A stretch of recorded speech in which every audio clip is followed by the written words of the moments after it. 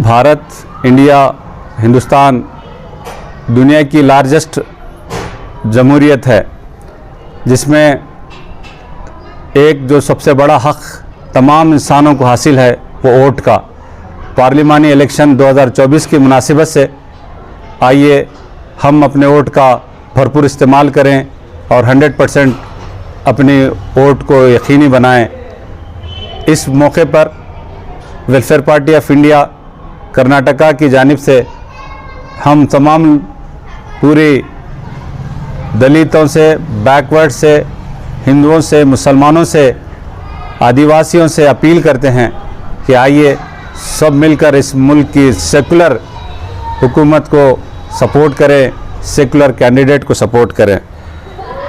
हमने बीजेपी को 10 साल का मौका दिया, लेकिन इन्होंने मुसलमानों और आदिवासियों और दलितों और ईसाइयों के ख़िलाफ़ उन्होंने अपने क़ानून बनाए और उनके ख़िलाफ़ बहुत से ऐसी चीज़ें बनाई जिससे हमारा जो डेमोक्रेटिक स्ट्रक्चर है, जो हमारा जो प्लुरलिस्टिक जो एटमॉस्फेयर है, वो मुतासिर हो रहा है।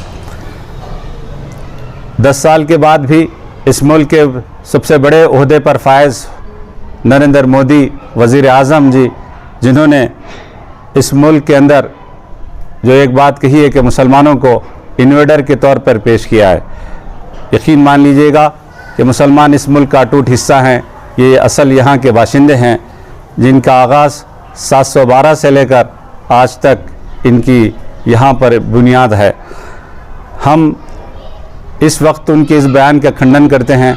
बाज़ाब्ता अखबारात में ये जो न्यूज़ दी जा रही है कि इस मुल्क के अंदर जो है मुसलमानों का जो 4% रिजर्वेशन है वो ख़त्म कर दिया जाएगा, और जबकि उनको मज़हब की बुनियाद पे इनको ये रिजर्वेशन हासिल नहीं है। इनको जो रिजर्वेशन हासिल है वो पसमानदगी की बुनियाद पर हासिल है। ठीक उसी तरह से ब्राह्मणों को और आलाज़ादों को इस मुल्क के अंदर इन्होंने बीजेपी हुकूमत ने EWS के तहत, इकोनॉमिकल वीकर सेक्टर के तहत 10% रिजर्वेशन उन्होंने दिया। जिनकी आमदनी 8 लाख से कम हो, जिनके पास 5 एकड़ ज़मीन ना हो, ऐसे लोगों को, चाहे वो आलाज़ात, आला ब्राह्मण हिंदू हो कि किसी और कम्युनिटी से बिलोंग करते हों, लेकिन उनको 10% रिजर्वेशन दिया गया। इस पर कोई आवाज़ और एतराज़ नहीं हुआ, लेकिन 4% पर इनका एतराज़ है।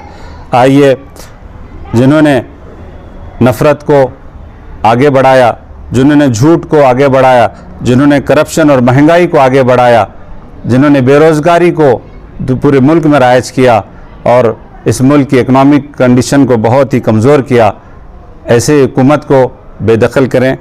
वेलफेयर पार्टी हम पूरे तमाम लोगों से अपील करती है कि जो इंडिया अलायंस के उम्मीदवार हैं उनको अपना वोट देकर उन्हें कामयाब करें। इस वक्त बीदर कॉन्स्टिट्यूंसी से ईश्वर खंड्रे साहब के साहिबजादे सागर खंड्रे इलेक्शन में कॉन्टेस्ट कर रहे हैं।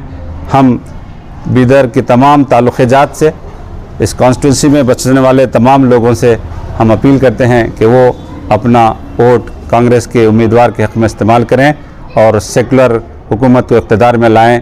जय हिंद, जय कर्नाटक।